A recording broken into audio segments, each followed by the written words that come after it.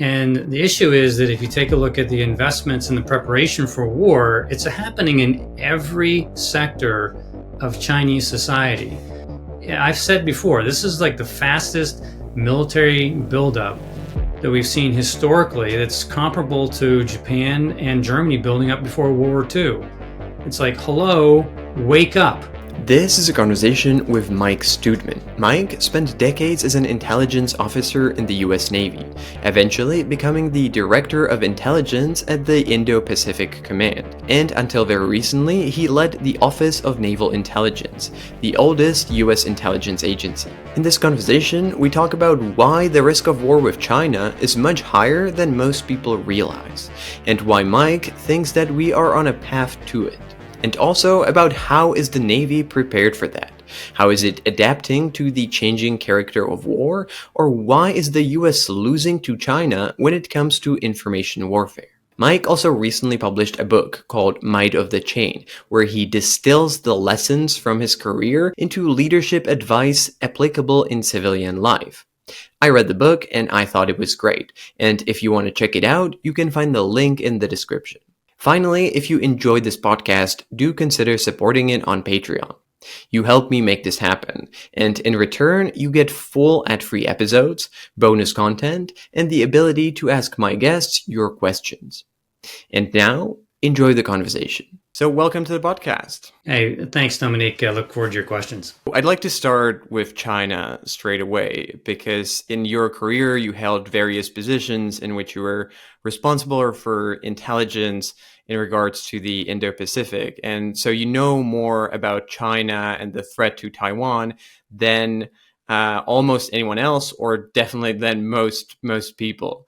And shortly after you left the Navy, you published this very widely shared article on War on the Rocks that I thought it was great, and where you warned of a growing threat of war in the Indo-Pacific. And you actually mentioned in the article that many analysts are quite skeptical of this, and they believe that especially now, China is too preoccupied with domestic challenges and that it will have to give up on this idea of trying to seize Taiwan by force. And you have quite a different view, which I think that given all the experiences that you have, and the knowledge that you were able to gain, I think is very interesting. And your view, I would say, is more skeptical than the mainstream opinion might be. And so I think a good way to start is if you could describe sort of your thesis on why you think that the risk of a conflict is bigger than most people might think, and the main reasons why you believe so. Yeah, thanks for the question. Simply put, I take Xi Jinping at his word. He has outlined a grand strategy for China. He's pursuing it aggressively using all means. And a key component of that grand strategy to achieve the Chinese rejuvenation, or the dream, as they call it, is to recover Taiwan and to annex, assimilate, bring it back into their sovereign fold. And that is a fundamental political objective for Xi Jinping. And he talks about it all the time and has for years. So he has set out that they're going to do this because it's an essential part, not an optional part, an essential part of achieving that dream before 2049. So you might say, well, I've got 24, 25 years to work this out. Don't worry about it. And the issue is that if you take a look at the investments and the preparation for war, it's happening in every sector of Chinese society. You have a lot of people that just want to whistle through the graveyard with some of these facts.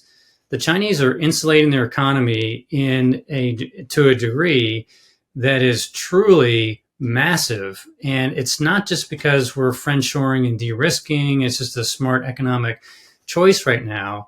They know what the Western playbook looks like because we used it against Russia after they invaded Ukraine.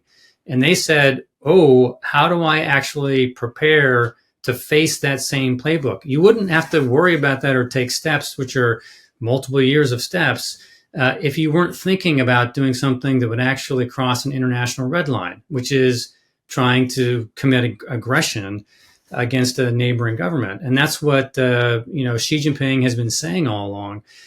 And if you just take a look at the military growth, the 2027 deadlines for the amount of threshold capability that he wants the PLA to grow to be able to execute options, including Taiwan contingencies, you have to take this seriously. And I think that most people are looking for an excuse not to have to grapple with this reality.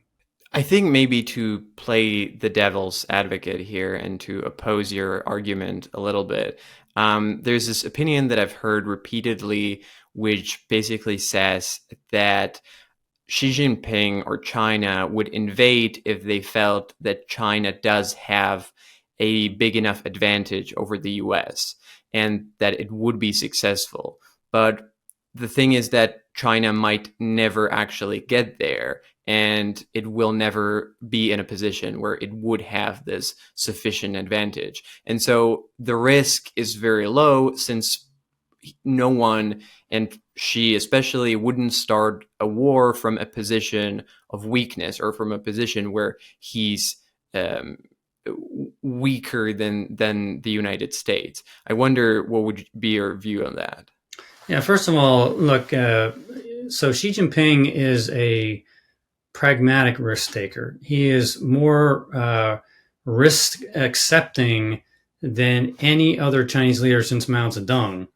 But he's also not sort of emotionally driven the way that Mao was a little irrational. He's very rational. So he would like to be able to achieve the assimilation of Taiwan at the lowest possible cost to China's other major goals.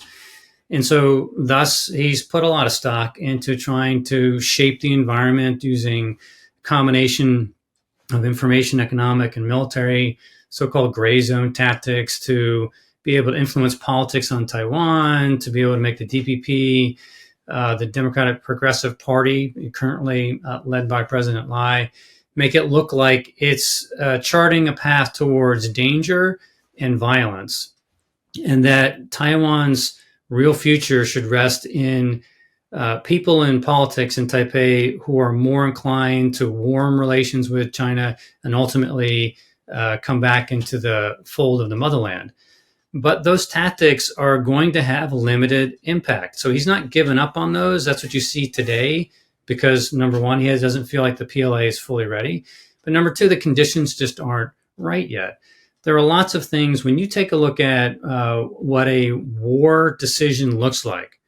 You'd have to look at a number of different things. And it's not just correlation of military forces. That's an important component, as in comparing China to Taiwan plus the United States, China plus Taiwan, the United States, and Japan. Those kinds of calculations are not the sole factor, right?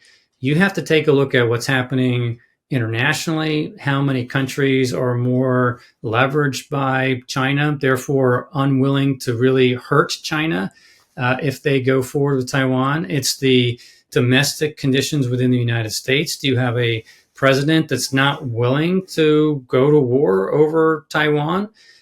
We have different views on that with our presidential candidates now. You have to take a look at a number of things domestically that are happening with Xi Jinping. Is he feeling like his position is consolidated, or are there risks there for him politically when it comes to the domestic environment around him? And so there are many more factors than one might conclude when you're just trying to talk about it very simply. And so all of those things need to be weighed and calculated. But sometimes people get the temporal part of it a little bit wonky. So we have some economic headwinds that China's facing today, and clearly they have troubles. They have systemic structural troubles. But at the same time, they've had them for 10, 20 years now. They've been managing these things. Some of them will come home to roost in very, very sharp ways. And the Chinese double-digit growth years are probably over for good, right? But if you take a look at the numbers and how things are working out, the Chinese economy is still closing on the US economy. And you don't have to have an excess of our GDP to convert what you have in terms of national resources into different areas of capability. So, for example, China has been going gangbusters with investing in the military, right? And other security elements, right, to that particular nation. And so they're choosing to spend their earnings in a way that's created this massive military, right? And if you compare it to our investment in the Indo-Pacific, look, we talked about the pivot, we talked about the rebalance for many years. We've put, billions of dollars into this. We've gotten more recent energetic activity, and that's all good. But the Chinese have way more invested in this, and therefore they have way more power at their disposal near to their borders than we have, and that's a major issue. One of the things that you mentioned was really interesting in this context, where you said that Xi is a pragmatic risk taker. And I feel like in his position, or a position of any leader of of China and of the Chinese Communist Party, undertaking this invasion would be such an enormous risk in case it didn't work out, that it could potentially threaten the stability of the CCP regime. And I imagine potentially, because of that, even perhaps the life of the person who made the decision. So I feel for Xi or any other Chinese leader in that matter, making this decision would be such a crazy gamble with such high potential risk that sometimes I find it hard to imagine that someone would do that, because I know that if I was in his shoes, I probably wouldn't, unless I would be somehow forced to do that. Yeah, well, I mean, history is actually charted by surprise and unexpected fractures and jumps, and they weren't simply just evolution. And that's not, a knock on, how people think, because you go for the probabilities. But it's interesting to hear the conversation. The conversation from the American government is that an invasion is neither imminent or inevitable, right? But it's also no longer inconceivable or improbable. And unless you have that caveat behind it, you don't understand the full nature of the problem. Look, if the U.S. government and DoD didn't think that there was a chance that this was going to happen, a very strong chance, they wouldn't be investing hundreds of billions of dollars in the weaponry that would be needed to actually forestall, deter, or defeat an attack. It just simply wouldn't be doing that if it thought that it was just a very, very low probability. Those probabilities have been creeping up, and it's because of Xi Jinping's intent. And so I go back to, you ought to listen to the dictators who tend to give you the game plan in its broad outlines, and then pursue it with the intentionality of somebody who feels like their life is on the line. And look, he's put a lot of stock in recovering Taiwan. You don't put a lot of stock into it and then walk away from it, or, give this to your successor. He's taking a look at it. He sees himself, Xi Jinping, as the guy who is the only one who can really get significant steps towards rejuvenation. That there's no other leader other than him that has the capability to do this. The strength, the inner, willpower, the ability to concentrate, all resources in certain directions. And so, look, it is all out. That grand strategy is being pursued, and think that he's just going to walk away from a failed, gray zone coercion strategy on Taiwan when it doesn't result in a capitulation automatically is I think a little bit naive. So the question is, okay, is the world ever going to see major power war or combat again? I think we have been lulled into this view since 1991 that, peace has taken over and that war has become an historical anomaly. If anything, the Russian invasion of Ukraine has told us that that's actually not the case, that major nuclear powers will cross borders to recover territory they think is theirs. And so we ought to factor the lesson of Russia and Ukraine when we think about, his friend, Putin's friend in Beijing, who's looking over Taiwan saying, I need that. Would you say that this risk is still underestimated by the society or by the U.S. society in general, either the general society or the political leadership? Yeah, unfortunately, these are mainly quiet conversations that are happening within either government or the intelligentsia, the intellectual elite, the people that read foreign affairs and the economists, right? They all are very much aware of the dangers, and they're very concerned about the trend lines. And you will see more articles on China, Taiwan, contingencies, and everything about them these days than probably any other geopolitical flashpoint, right? You're dealing with a current war with Ukraine that's taken up a lot of consumption of time and energy, the Gaza issues, and all the rest. But at the same time, I would commend people to take a look at how much writing is going on with China, Taiwan. And it's because it's legit and because people are trying to think through how do we prevent this, knowing that it's going to be disastrous for the world economy.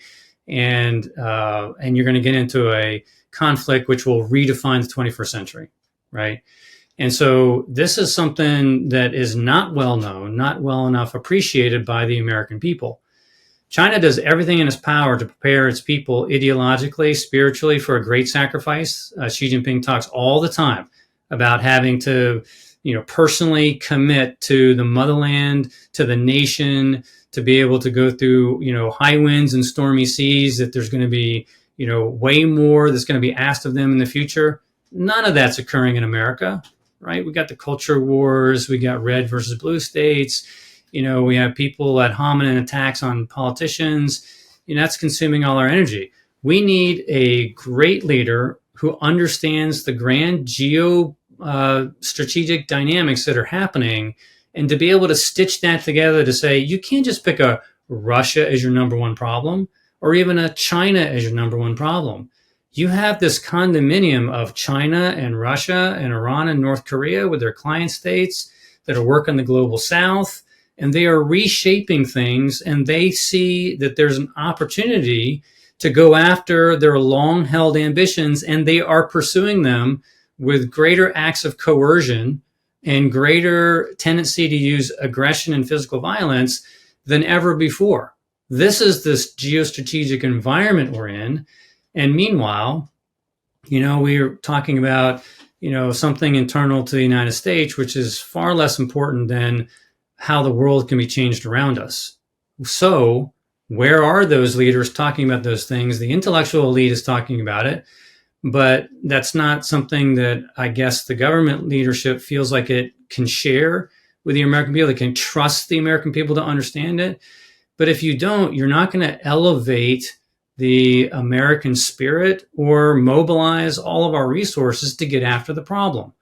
And so I think this dysfunction, particularly with communications with the average American citizen, is going to lead to shocks and surprises that the nation probably isn't ready for.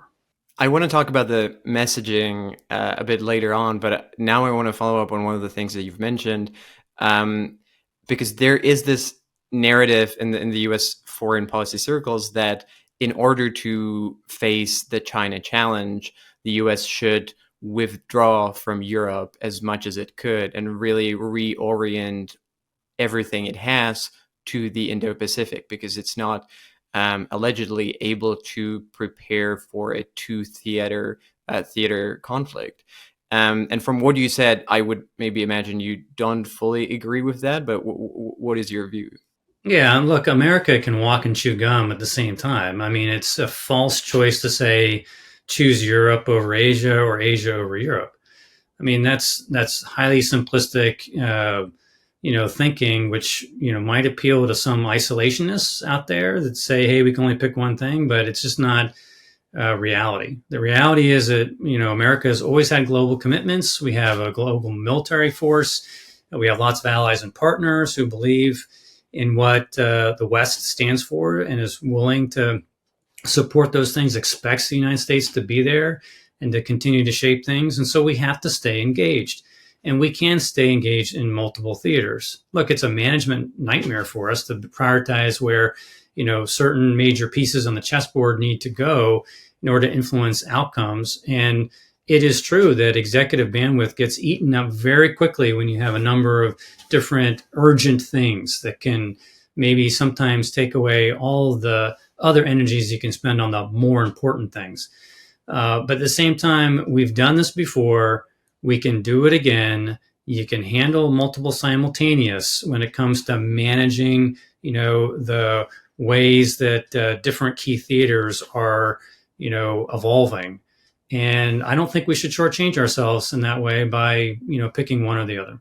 You've mentioned Russia and the war in Ukraine. What do you think that Xi is taking away as a lesson from looking at the Russian invasion in Ukraine and the cost it had for very, very little in exchange, the cost that it had on Russia? Well, I mean, I think there has been a significant cost on Russia in terms of it becoming a pariah state, really only surviving based on its connections into China, a few other, countries. So I think that weighs significantly on China. However, I think the ultimate lesson will be when the ultimate outcome is known. Will, at the end of it all, will Russia end up with large tracts of Ukrainian territory? He's already got Crimea. If he has the eastern parts of Ukraine as part of a peace deal, does that make it all worthwhile? I think if you're Chinese, you'd say, I'll take that deal. I'll take a few years of suffering, right, to be able to get back key territory, which I think is mine. And so you can see how she's preparing his people to go through something similar to get something similar, right? Which is, I now have boots on the ground and I have sovereign control over what I said I needed to recover. Very revanchist kind of thinking, but that's potentially an outcome and the key lesson for China. So this is the reason people talk about defeating Russia and making it such a grievous wound to that nation that others will be forever warned away from doing something similar, right? That's the reason why we need to put more stock into what's going on to ensure there's a Russian defeat. When it comes to other lessons, things like, hey, when Russia used the threat of nuclear weapons and the West and the United States was very slow to provide certain kinds of armaments to Ukraine, fearing that it would cross a nuclear threshold, or the way that Ukraine would use those weapons would create an event that could risk nuclear war.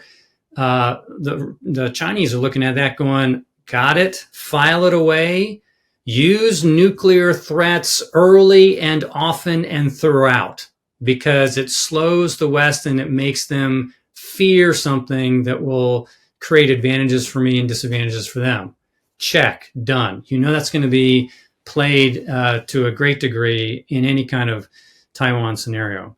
We take a look at the information attacks, where Russia was not as aggressive, forthright in destroying Ukrainian information infrastructure, for example, command and control. But beyond that, I think the Chinese, have learned how much they're going to have to take away of that capability for Taiwan. And so there are lots of lessons learned for tactical activity, for operational activity, for the use of drones, for how to protect against drones. For example, the Black Sea Fleet essentially neutralized, right, by Ukraine, an inferior that had no navy. And so there are lessons for both China and Taiwan in this too. If you're defeated and you're the superior by drones, you need drone defense and drone offense, right?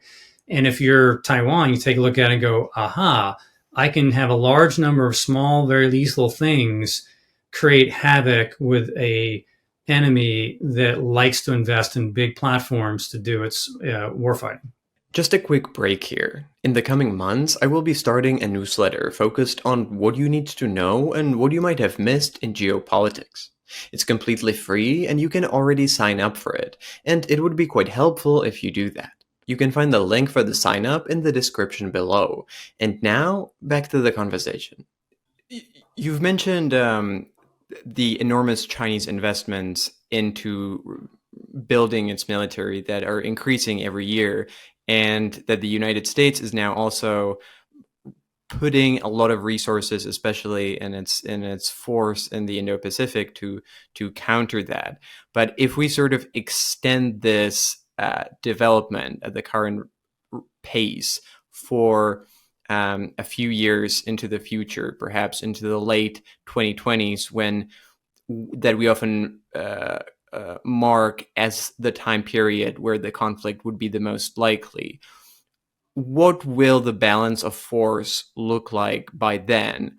And will the US, if we look at the current trajectory, be able to keep the sufficient advantage over China that, at least in my view, it still has today? That's $1 million question. We can project out the PRC military acquisition and development timelines and see what they intend to put on the field in terms of aircraft and ships and submarines and missiles and things like that. And look, they're building like hotcakes, from nuclear weapons, all the way down to the most tactical things: electronic warfare capabilities, information capabilities, satellites. I mean, the list goes on. Yeah, I've said before, this is like the fastest military buildup that we've seen historically, that's comparable to Japan and Germany building up before World War II. It's like, hello, wake up, right? They're not spending all this money because they're unserious about this issue, right? They are going full bore with the leader's support to be able to influence to the point where they'd like to get capitulation. But if that doesn't work, prevail in combat, and not just combat against Taiwan, but to take on, quote, interventionist forces from the United States and still win. This is the reason they're doing this, and we have to take it seriously. So look, on our side, it takes such a long time to create new platforms that, we're looking for other solutions. We still are investing in very capable high-end systems, right, in all warfare areas. But at the same time, there's a pace there that we can't match with the Chinese. So one of the solutions is to say, okay, I'm learning my lessons from all the other wars out there.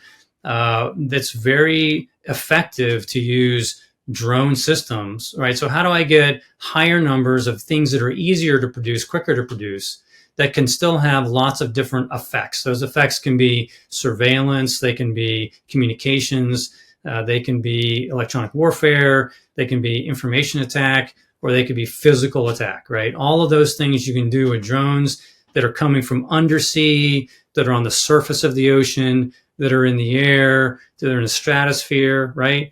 So the Defense Innovation Unit, which is out in California, has been given a lot of money, close to $1 billion, to be able to produce a high number of these drones, a family of them with different kind of capabilities, that are going to be produced in high numbers before 2025. And so that's their charge. They're well on their way to producing these things. And I think it will make a significant difference to fill in the gap that we see here when we talk about correlation of forces. If we're talking about sort of the arms race and when the conflict might happen, there's the year 2027 that's being brought up quite frequently, including by representatives of the U.S. Armed Forces. And I always wonder, how seriously should we take this year as the date when things could potentially kick off? Is it a date that the U.S. military is seriously preparing for, or is it sort of something to have as a tangible date, to have a specific date that we can talk about? Yeah, it's a notable date. It's not just the 100th anniversary of the PLA, which will be 1927 to 2027. That's historical and important. It's not just some military directives to achieve a certain amount of informationization, as well as mechanization for parts of the PLA. There are very strong indications that these are get ready by dates. In other words, yes, you will achieve all of these things across every warfare area, but the purpose is not just to get to a number and then just sit on your armament. The purpose is actually to be able to push for some final resolution and to accelerate what had been 2035 objectives. Now, they still have 2035 objectives, but the idea is that Xi Jinping said, no, I want you to do these things before 2027 in these areas, right? Why? Why would you be concerned about that, right? And so this goes back to the grand strategy and there's options that he wants against Taiwan. And so we are very concerned about that date, not January 1st, 2027. It's a iron countdown. All of a sudden, it's going to be this horde that's going to come over the Taiwan Strait in the air and on the sea.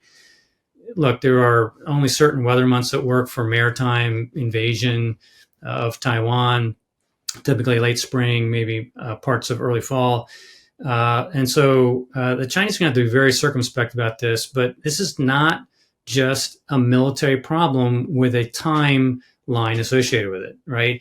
To talk about military forces over here and the numbers that aggregate and then a time is not the way to look at this problem. You have to look at the strategic political.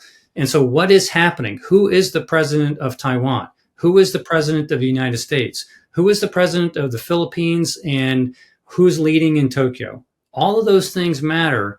And I've described this as follows, that there's intent, which is very clear, right? And then there's capabilities. It's very clear what's happening. But down here below in this triangle is opportunity. And the Chinese are going to be taking a look at when those opportunities would be ripe. And there never may be a time when the opportunity is ripe. Just because the way we may support military operations, we have U.S. allies and partners on our side. The Chinese economy continues to fail. The international community starts to see China for what it really is, right? There may not be that time that would occur. On the other hand, those conditions may in fact be ones that are truly conducive to a Chinese decision because they're very well attuned to striking when the chances of victory are much higher. So that requires you to strategically sense your environment and decide whether or not this lines up, this lines up, this lines up, and whatever. And if it does, then they talk about this as like, well, you would be like traveling like water down a waterfall or down a stream, right? The momentum of the environment is with you, therefore you should move. When it doesn't look like the momentum or the opportunity is there, hold, right? So you have to do the sensing of the entire environment geostrategically to be able to understand how the Chinese are likely going to evaluate risk and when not to go. And I guess another issue is that from the Chinese side, the analysis of the risks and opportunities might be different than from the U.S. side, that the perception of risks maybe and opportunities can be different. I think so. I think if we had more understanding of China's strategic calculus, how historically they make decisions, culturally, how oriented they are, if we had a better understanding of that in our national consciousness with our leaders, I think we could get to maybe even smarter strategies. But frankly, very few people know China. Very few people know Asia.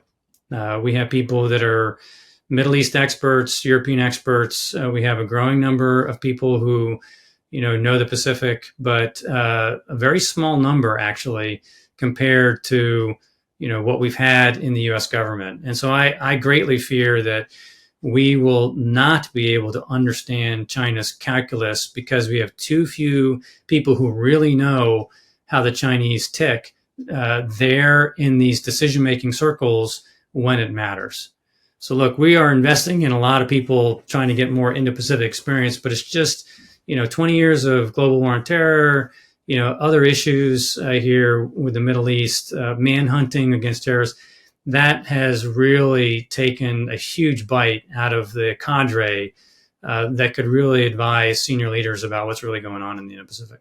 Do you think that the US and perhaps even the general public will know way ahead of time that the invasion is being put into motion? Like, for example, with Russia, we have seen months in advance that they're putting soldiers on the border, and months in advance, the US began to publicly say, this is real, this is going to happen. Do you think that we would see the same thing with China, or is it possible that they would prepare it without anyone really noticing?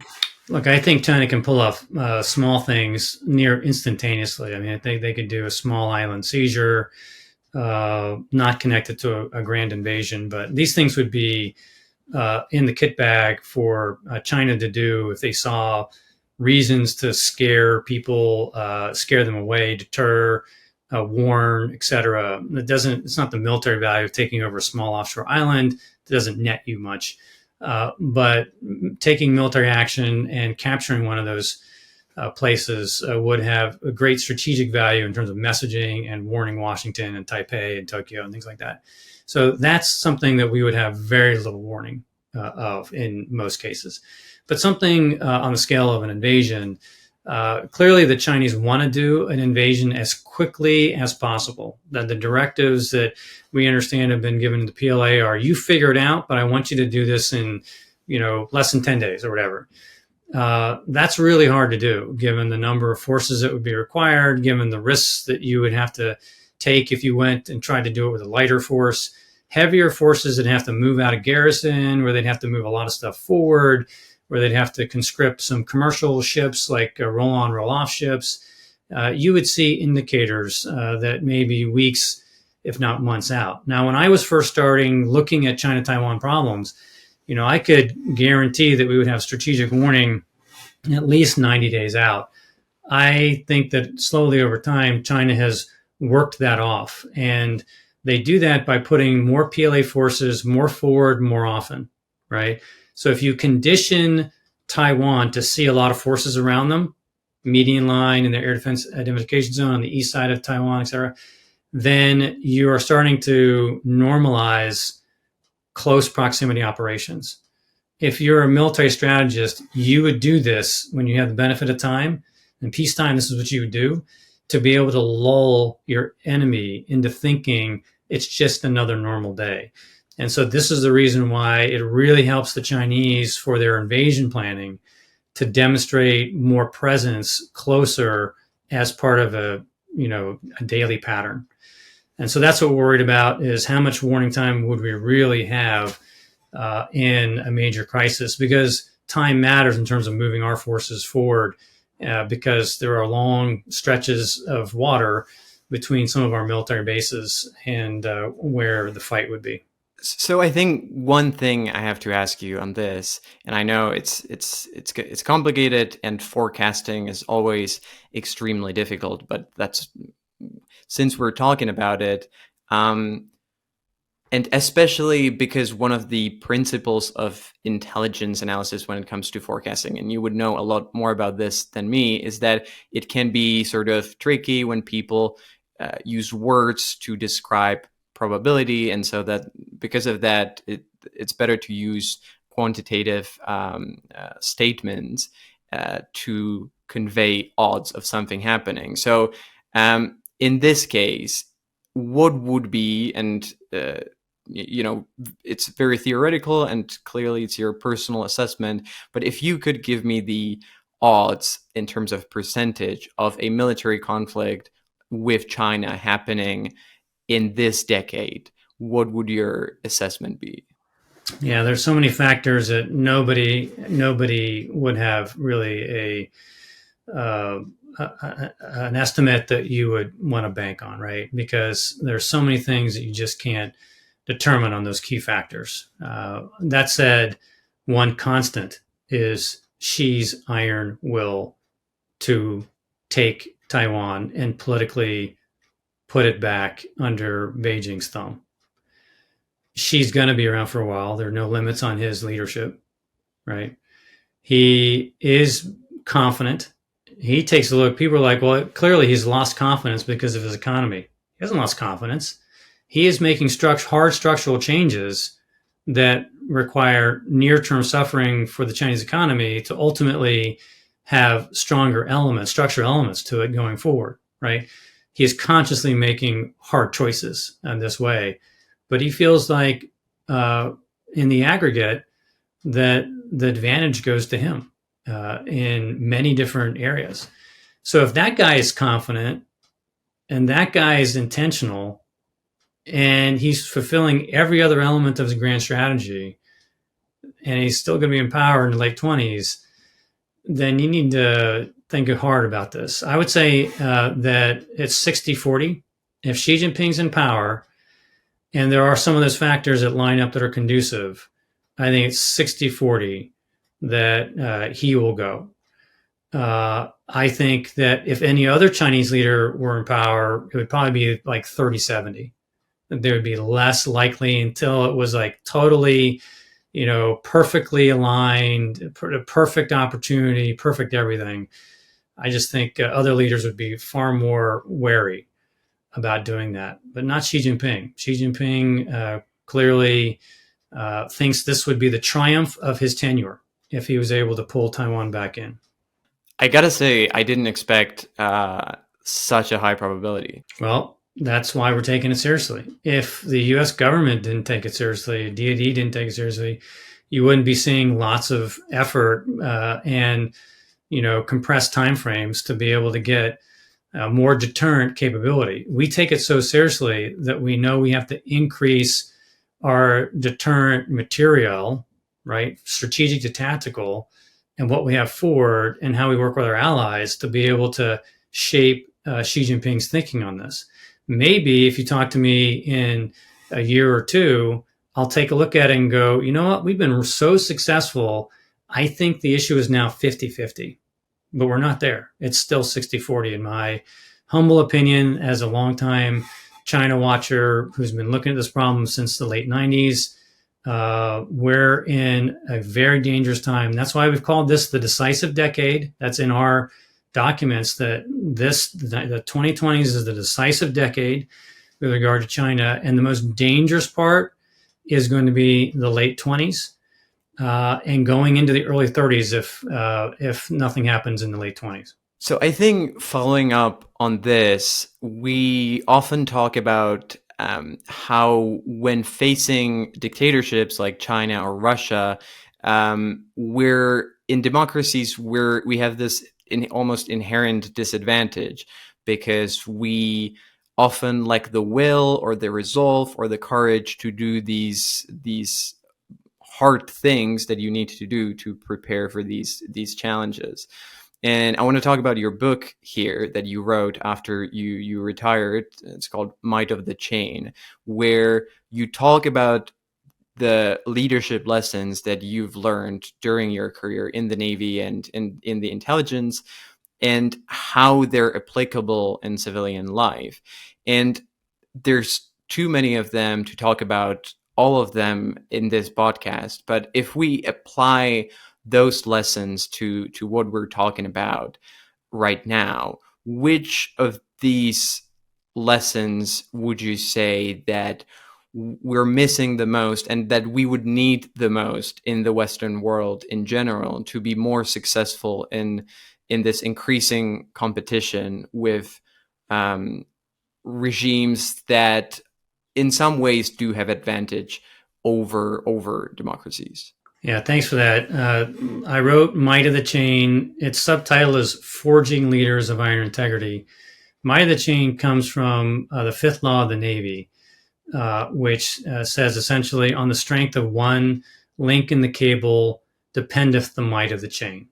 which means that every link matters. We have to interlock with one another, and we have to lead well with great challenges by sticking together, because that's the only way you're going to lift those heavy weights, right? If there's poor leadership, that will be corrosive. The links will begin to crack. There'll be fissures, they'll break, and you can't do any heavy lifting, right? So I looked at the whole environment around the domestic conditions in America and the world and said, oh my God, if we remain this divided and polarized and unable to come together and interlink ourselves for the great challenges of our time, all will be lost. This has become our strategic Achilles heel in the United States.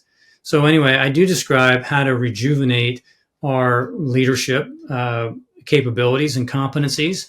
And I went through about 4 dozen leadership traits. When it comes to applying some of those against the problem of China, like I wrote a whole chapter on communications, right? And we don't have senior leaders that are willing to articulate the nature of the China challenge.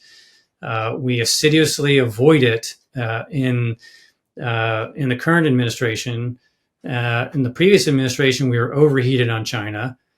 In this administration, we continue to do some quiet work to protect America, but we're under-treating this conversation with the country. We're not even having it. It's not in the State of the Union address. It's not a part of the presidential debates, and it's wildly successful if you're in Beijing to have America not talk about America's number one nation state challenge that intends to displace you on the world stage, right? They are giddy that they've been able to essentially tranquilize the American population to not talk about China.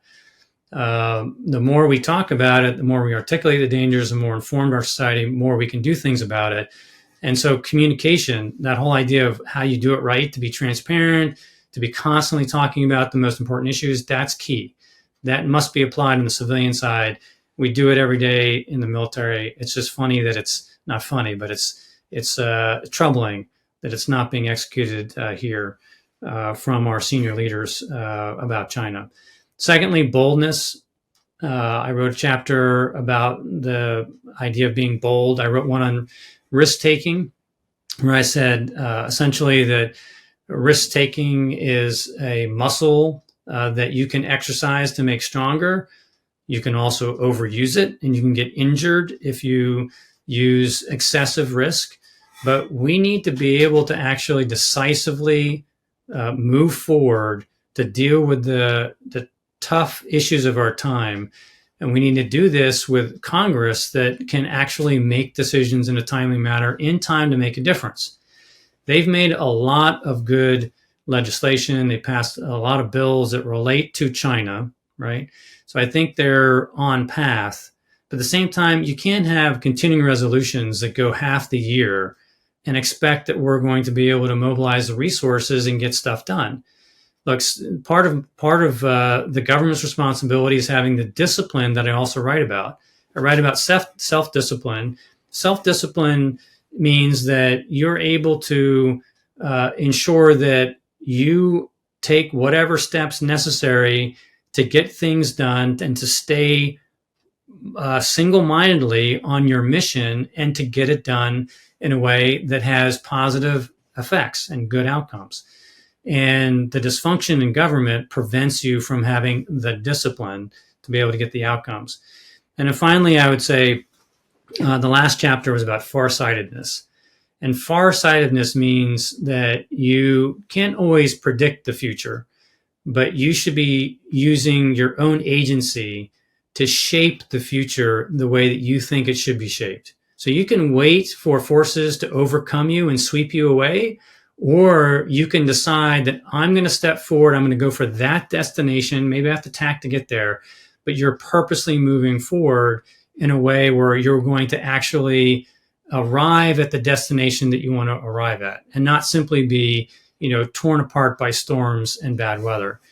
And so I still think that we have trouble with establishing what our destination is as a country and how to get there. So those chapters probably could apply. I'm gonna definitely start recommending the book to people, because here in Europe, I think our leaders are struggling with very much the same things when it comes to Russia, but also other challenges. So I think a lot of people would benefit from applying that here as well. And I read the book and I really liked it, so I highly recommend to everyone to get it and give it a try.